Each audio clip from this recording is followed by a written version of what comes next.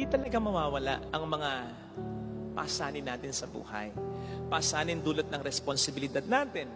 Pasanin dulot ng mga ginagawa natin, dapat natin gawin.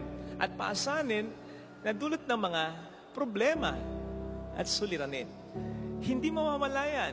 In as much as habang tayo nabubuhay, kasama sa buhay yan.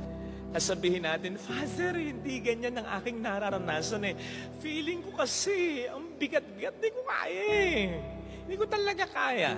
Magkaroon muna tayo ng checklist. Kasi, baka bukod dun sa pamatok na ibinibigay ng Panginoon sa atin, nagpapasan tayo ng iba pang mga pamatok na hindi na sakto sa atin. Kaya nga, ang sabi niya, may pamatok pa rin siyang ibibigay sa atin. Pero, magaan na.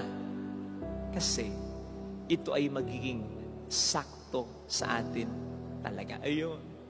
So, yung mga mararanasan natin na mga responsibilidad, ang mga problema, suliranin, mga krus na ating bubuhatin, kapag tayo lumalapit, sumusunod sa Panginoon natin, yun ang isang bagay na masisigurado niya sa atin. Kaya niyong buhatin. Kasi yung ibibigay ko, sakto sa